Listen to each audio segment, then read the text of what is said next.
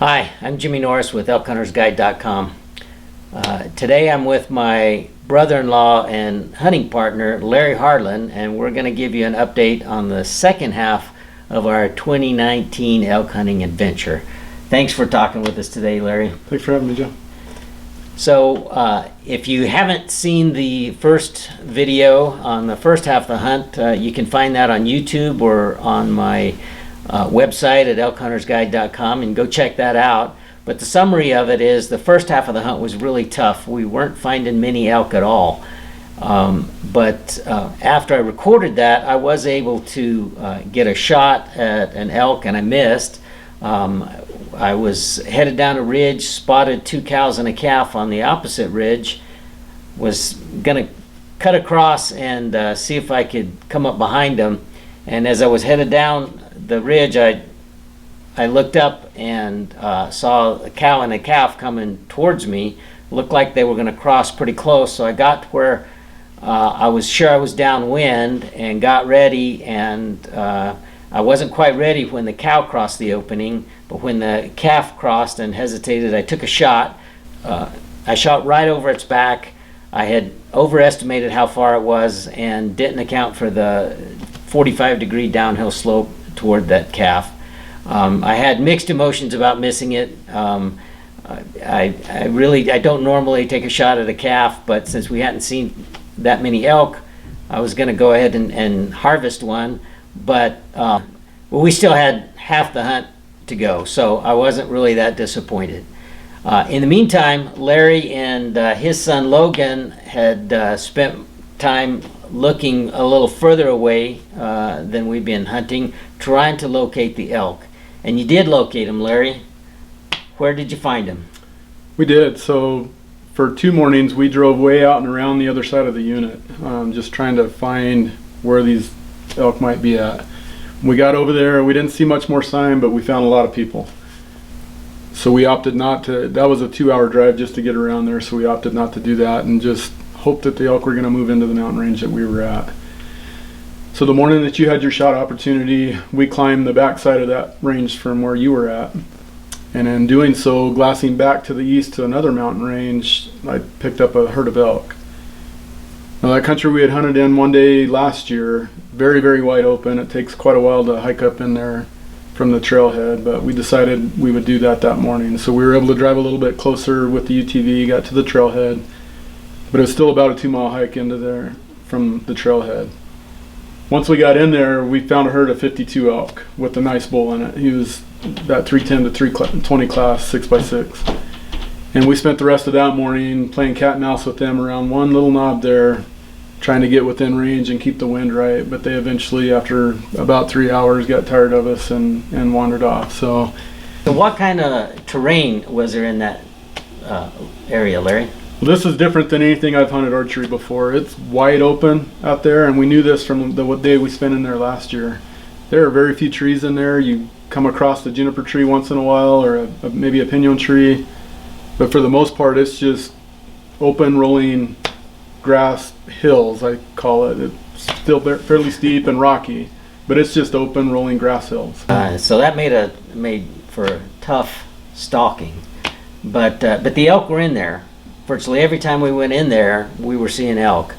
A few days later, my son and I went in with Larry and his son, and we spotted some elk that were bedded down well to the north under some trees, and we worked our way, finally moved in on them, and set up to call, hoping to call them in. It was a couple of spikes and some cows. They weren't interested in getting out of their bed to come to these calls. So we decided another tactic. We came in from another angle and tried to call them from there. And again, they weren't interested. So we just decided to wait them out. A couple hours later, Larry and Logan moved around from one side, and Clay and I came in from another.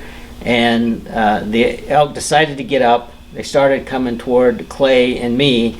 And so I was setting up for a shot. Didn't have much cover. I was in the shade of a little tree, and was afraid they were going to see me. And so I started ranging the lead cow, and for whatever reason, my little rangefinder just wasn't picking her up. So I had my son Clay ranger and tell me how close she was. At 55 yards, I took a shot, but I rushed it, shot over her back, and the elk took off. We didn't have time to worry about it too much. We found my arrow and it was clean, and but there was another herd of elk not far from us. So we started moving in on them. We let the boys move in on them this time, and they began to get close, and a cow saw them, and the herd took off. There was a nice bull in that herd too, and you and Logan had a few opportunities during that week too, didn't you? We did. So that first morning, before we saw the herd of 52, there was a cow all by herself that on her own came into us. This was Logan's second year archery hunting, so he's still in the beginning stages of learning about archery elk or archery elk hunting. But he had ranged a tree that was 34 yards, and that cow came in right behind that tree, but he had 34 yards stuck in his head, so he used his 30-yard pin and shot right underneath her. The next morning we saw a herd of 77 out there, and they went off to the north, and we chased after them. But there's a spot in there we call Top of the World, and it's about 2 miles from the trailhead. It's a high point that you get on, and you can glass for miles, probably about 2.5 to 3 miles to the north and another 3 miles to the east, and you could glass as far as you wanted to the south. It just opens up in some flats out there. But we'd get there every morning and do our glassing. Well, 2 mornings in a row before we even got to Top of the World, there was a bull skyline. The first morning we were much closer to him than we were the second morning. And there's a few trees in there, but they're still pretty sparse. And so that first morning I had Logan go up to a spot where there were 2 trees fairly close together, and I backed off as far as I could to try and start calling. However, the tree I was trying to hide behind was about 3 foot tall and nothing else around it. So I couldn't move laterally to make different sounds or sound like an elk moving much. However, as soon as I hit the cow call, that bull came in like he was on a fishing pole. I think Logan was trying to game which side he was going to go to and was moving around a little bit, and that bull caught some movement, ended up circling wide to about 55 yards. With the openness, Logan had drawn early, and he'd been drawn on that bull for about 2 minutes, he thinks, when the bull presented a shot at 55 yards, and he thinks he heeled it. He shot just over the top of it. The next morning we hadn't quite got as far up when we saw the bull skyline, and again we had more trees to set up in, but not ideal. And Logan set up, I backed off, called again. This bull came in like he was on a string. He ended up coming into 15 yards from Logan that day. Different bull. The first bull was about a 310 to 320. This bull was a nice wide 340 6x6. Logan had tucked up close to the tree, and when he went to draw, I think the bull caught his movement and stopped at 15 yards facing him. He still had branches in the way from the tree he was standing behind, so there was no shot opportunity. And the bull turned and trotted off. About the 4th morning we got up there, we had a lot of north winds this year, so those elk were bedding on south-facing slopes, which is different than what an elk normally does that time of year. That morning we finally had a southwest wind. We got to Top of the World and we glassed up a handful of elk way to the north, a handful way to the east, and then a single bull off to the south.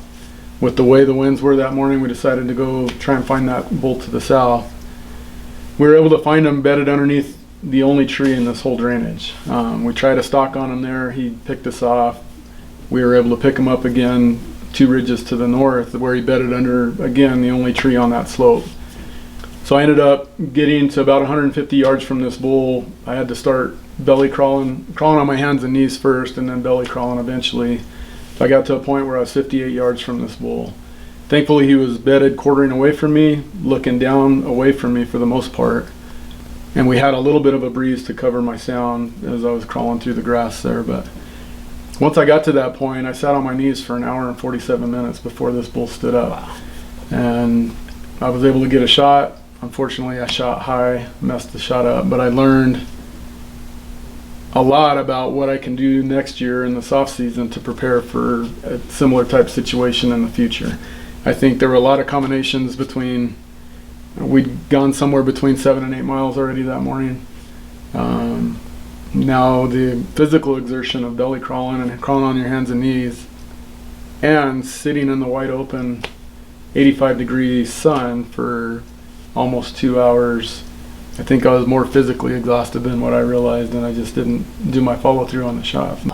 Yeah, it was a tough year physically, having to hike in 7 to 14 miles a day, and then the heat, a lot hotter than it normally is in September, even in southwestern New Mexico where we were.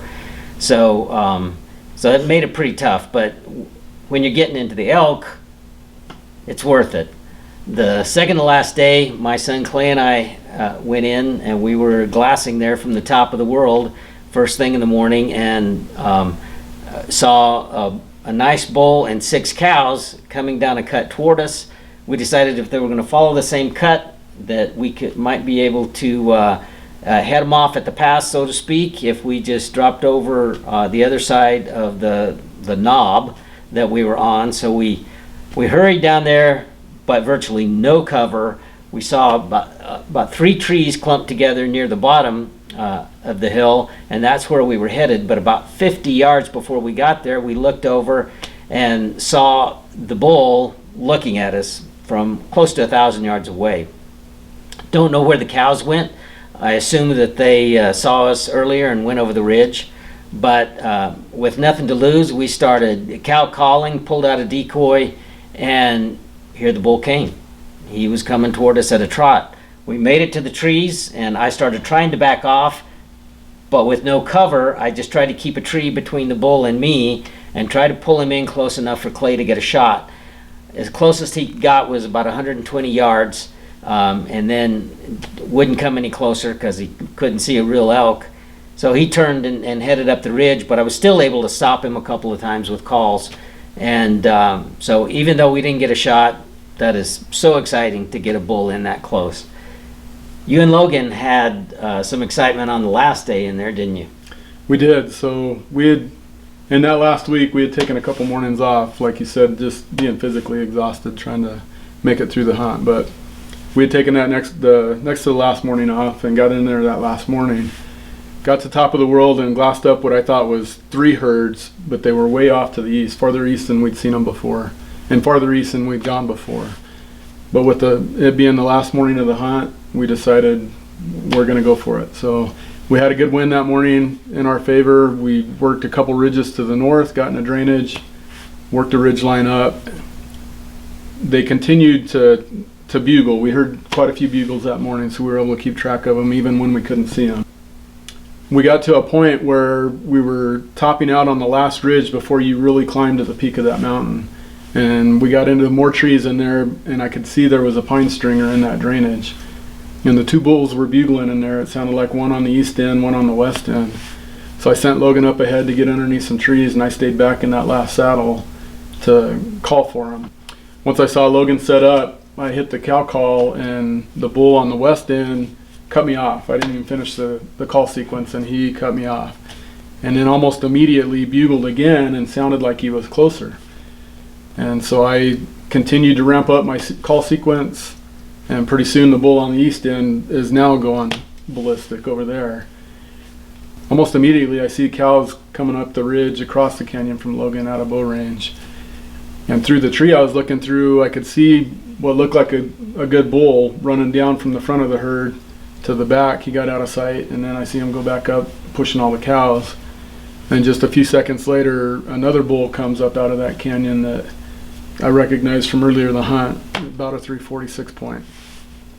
And they all went over the ridge. They continued to bugle, and we could keep track of them as they continued on to the northeast. But we decided at that point, with some weather moving in, that we were not going to pursue them.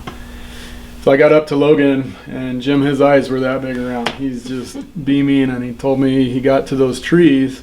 That bull on the west was pacing back and forth. Said he had 7 points on each side, and Logan figures him to be in about that 380 range. He said once I started cow calling, that bull started bugling, actually started to come till the other bulls started bugling, and then he gathered the cows and pushed them up that ridge. So I'm guessing that he's either fatigued from running bulls off all night. It was fairly early in the rut. They're just getting started. And I think maybe he just didn't want to deal with another confrontation that morning, so he pushed everything away as opposed to dealing with that other bull coming in. So, but it made, for Logan, he told me it made the hunt for him to see. That's the biggest bull he's ever seen in the wild. To see that behavior that he got to see was worth it for him. So that made it worth it for me. Those kind of encounters really get your adrenaline pumping, and that adrenaline is addictive, I think. It is. And that's why it keeps us coming back year after year. No 2 years are alike, and it's just a blast every time. And so we're already making plans for next year. So there you have it. There's our update for our 2019 elk hunting adventure. And if you didn't see the first half, go on over to my website at elkhuntersguide.com. You'll find other videos and web pages and blogs there with lots of elk hunting information and tips and stories. I'm posting these videos on YouTube also, so you can subscribe to my YouTube channel. And until next time, shoot straight.